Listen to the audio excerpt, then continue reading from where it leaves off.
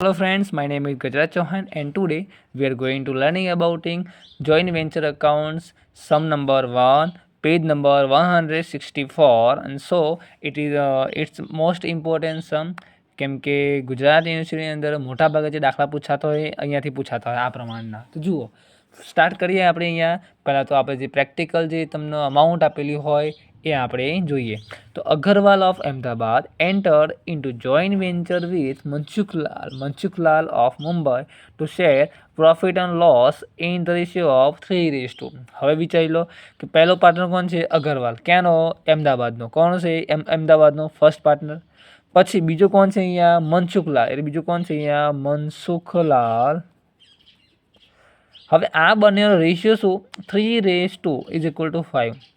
આ બંને વ્યક્તિ જે ખરા એ પોતાનો રેશિયો કયો રાખ્યો છે? આ બંને વ્યક્તિઓએ 3:2. એટલે બંનેનો રેશિયો કેવો આવશે? 3:2 આવવાનો. એટલે આપણને ખબર હોવી જોઈએ કે 3:2 આપણે શું કરવાનું? હવે આગળ આપણે જોઈશું હવે કે 3:2 શું હતો? એનો રેશિયો હતો. હવે the management of joint venture was left to Agarwal only, who was to be paid a commission at 5% on sales as his remuneration. હવે તમે જોજો આ ટોપિક તમારે પકડવાનો મિત્રો કે તમને અહીંયા શું કીધું કે venture was left to Agarwal. એટલે કે વેન્ચર એટલે કે ધંધો, આવો બિઝનેસ કોણ કરે છે મિત્રો? અગરવાલ. બિઝનેસ કોણ કરે છે મિત્રો? અગરવાલ. તો અગરવાલ જ્યારે બિઝનેસ કરતો હોય ઓકે તો મોટા ભાગે એને કમિશન આપણે આપવાનું થાય, કેમ કે બધી મહેનત કોણ કરે છે? અગરવાલ. તો એને આપણે અમુક ટકા કમિશન અથવા અમુક પ્રકારની મહેનત આપણે એને આપવી પડશે. તો હવે એને રેમ્યુનરેશન કેટલા આપવાના? 5%. હવે મનસુખલાલ ગેવ ₹20,000 ટુ આ જોઈન્ટ વેન્ચર ટુ અગરવાલ. હવે સમજો આ એડવાન્સ અમાઉન્ટ કહેવાય. શું કહેવાય? એડવાન્સ અમાઉન્ટ કહેવાય. હવે તમે છેલ્લે જોઈ લો, prepare necessary ledger account in the books of Agarwal. જો હવે તમને કીધું કે આપણે જે બુક્સ અકાઉન્ટ ક્રિએટ કરવાના એમાં તમને શું કીધું? Necessary ledger account in the books of Agarwal. હવે અગરવાલના ચોપડામાં આપણે જાણીએ છીએ કે આ કેવું છે? સિંગલ બુક્સ, એક ચોપડો કહેવાય, સિંગલ બુક. તો આની અંદર શું બનશે? જોઈન્ટ વેન્ચર અકાઉન્ટ પહેલાં બનાવીશું મિત્રો. જોઈન્ટ વેન્ચર અકાઉન્ટ બનાવ્યા પછી વિથ પાર્ટનરમાં જોડે કોણ છે? મનસુખલાલ. તો કોનું બનાવીશું આપણે? મનસુખલાલનું અકાઉન્ટ અહીંયા ક્રિએટ આપણે કરીશું. એટલે સિંગલ બુકની અંદર 2 અકાઉન્ટ ક્રિએટ થશે. કેટલા? 2. પહેલું હતું અગરવાલનું, બીજું મનસુખલાલનું. આ બંને એકાઉન્ટ આપણે અહીંયા ક્રિએટ કરવાના. સરસ રીતે ક્રિએટ આપણે કરીશું. ઓકે મિત્રો, તો આ વસ્તુ આ પ્રમાણે આપણે અહીંયા કરી શકીએ. તો હવે આપણે જોઈએ કે પહેલાં આપણે શું બનાવવાનું? આપણે શું બનાવીશું મિત્રો? અહીંયા joint venture account with Mansukhlal એમ કરું છું. અત્યારે મનસુખલાલનું શું લખું છું અત્યારે? એમ. ઓકે ચાલો હવે આપણે બનાવીશું જોઈન્ટ વેન્ચર અકાઉન્ટ્સ. અને આવી રીતે તમારે બનાવવાનું. દરેકે જોઈન્ટ વેન્ચર અકાઉન્ટ ક્રિએટ કરવાનું આ જ રીતે. તમને આરામથી તમને કોઈ પણ સમ તમને આવડશે મિત્રો.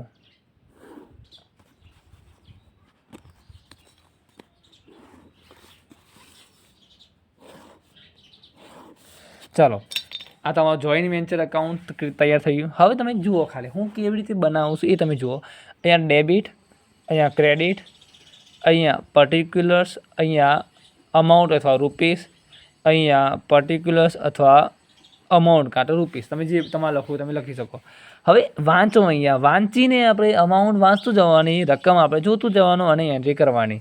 ઓકે, તો જે નવા હોય તો ખાસ પાર્ટ 1 તમે જોઈ લેજો. પાર્ટ 1 જોયું હશે એ પ્રમાણે જ આપણે એન્ટ્રી કરવાની. હવે અગ્રવાલ જે કોઈ વ્યવહાર કરે તો એના નામથી નોંધશે નહીં. કેમ? In the books of Agarwal. આ ચોપડો કોનો છે? અહીંયા અગ્રવાલનો. એટલે પણ જ્યારે મનસુખલાલ જે ખરા એ જ્યારે પોતાના ચોપડામાં એન્ટ્રી કરશે, એટલે કે અગ્રવાલના ચોપડામાં જ્યારે મનસુખભાઈની એન્ટ્રી કરવામાં આવશે ત્યારે મનસુખભાઈનું નામથી જ આપણે એન્ટ્રી કરાશે. એટલે એની એન્ટ્રી એમ તરીકે આપણે કરવાની. તો જુઓ હવે Mansukhlal gave ₹20,000 toward joint venture to Agrawal. હવે મનસુખભાઈએ શું કર્યું મિત્રો કે 20,000 કોણે આપ્યા છે? આપણે મનસુખભાઈએ 20,000 રૂપિયા કોણે આપ્યા? અગ્રવાલને આપ્યા કે ના આપ્યા? એડવાન્સ કહેવાય. તો અહીંયા કોનું એકાઉન્ટ બનાવીશું આપણે? અહીંયા ક્રિએટ કરીશું આપણે. કોનું એકાઉન્ટ બનાવીશું આપણે? અહીંયા મનસુખભાઈસ અકાઉન્ટ. કોનું એકાઉન્ટ બનાવવાનું મિત્રો? મનસુખભાઈનું અહીંયા એકાઉન્ટ બનાવીશું અને મનસુખભાઈના એકાઉન્ટની અંદર એની આપણે એન્ટ્રી આપવાની થશે. તો આ એકાઉન્ટ મનસુખભાઈનો હવે તૈયાર. કંઈ જ કરવાની, ખાલી આપણે આ પ્રમાણે એન્ટ્રી આપવાની અને આ પ્રમાણે ખાતા બનાવવાના. એટલે આપણને લો અહીં શું આવશે? પર્ટિક્યુલર્સ રૂપીસ ડેબિટ અને ક્રેડિટ. જોઈ લો. હવે અહીંયા તમે શું કીધું કે Mansukhlal gave ₹20,000 toward joint venture to Agrawal. અગ્રવાલને એડવાન્સ આપ્યા તો મનસુખભાઈના ક્રેડિટ સાઇડ મેં તમને લખાયું હતું કે મનસુખભાઈની ક્રેડિટ સાઇડ લખાય બાય કેશ અકાઉન્ટ. શું આવે? By cash account. Cash account તમે જુઓ અહીં શું આવશે? બાય કેશ એકાઉન્ટની અંદર અહીં લખીશું આપણે એડવાન્સ. શું આવે? એડવાન્સીસ. કેટલા? 20,000 એડવાન્સ તરીકે આપણે અહીંયા નોંધવાના. આવડી ગયું. કોણે આપ્યા છે? મનસુખભાઈએ આપે. એટલે મનસુખભાઈના અકાઉન્ટની અંદર કઈ બાજુ? ક્રેડિટ સાઇડ આપણે 20,000 અહીંયા બતાવવાના.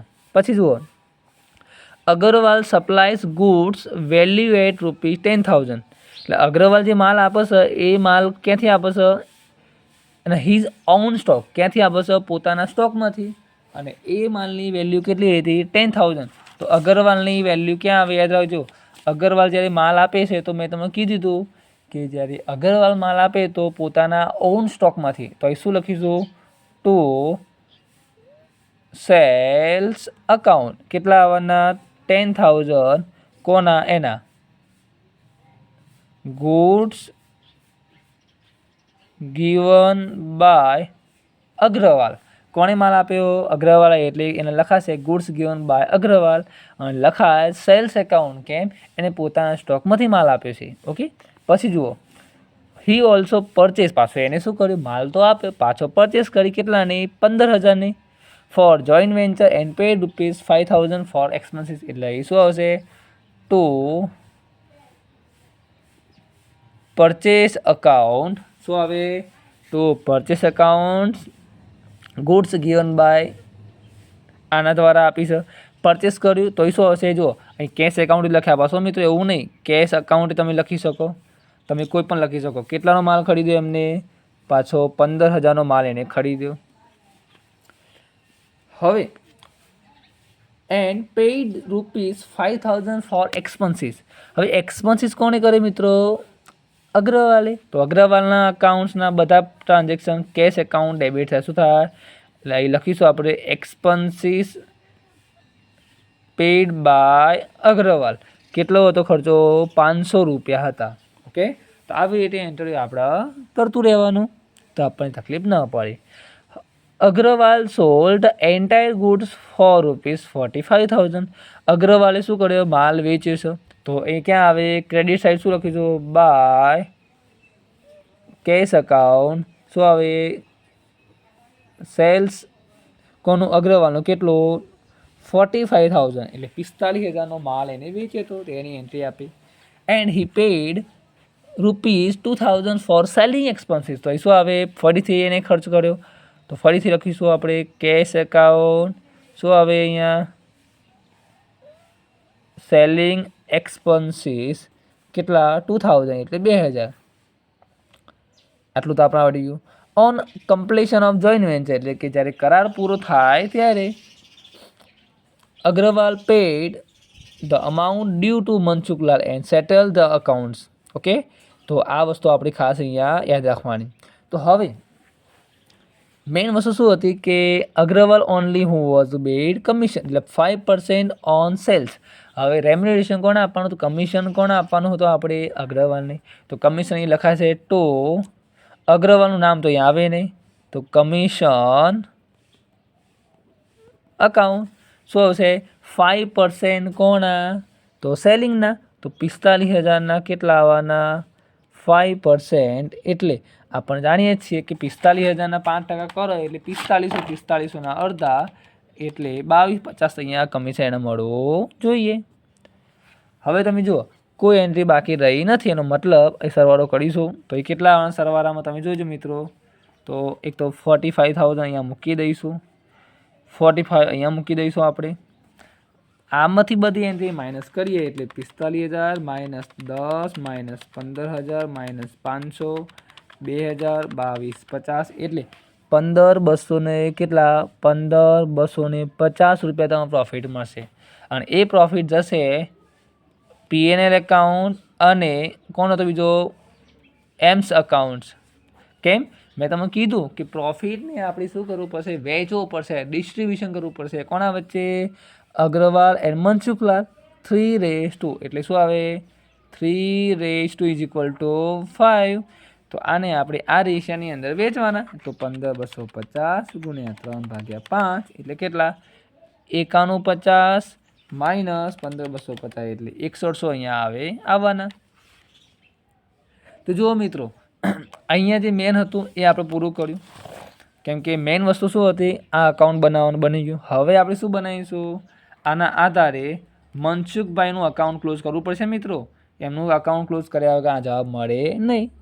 તો હવે તમે જોઈ શકો કે અહીંયા મનસુખલાલના હિસ્સામાં કેટલો પ્રોફિટ આવ્યો 6100.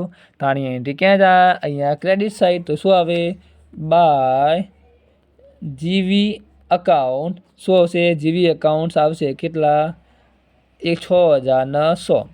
બીજી કોઈ એન્ટ્રી આપેલી નથી એટલે શું કરીશું આનો સરવાળો.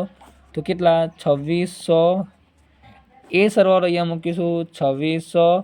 તો અહીંયા ડિફરન્સ મળે 26,100 અને કહીશું આપણે ટુ બેલેન્સ સીડી. આ તમારો જવાબ.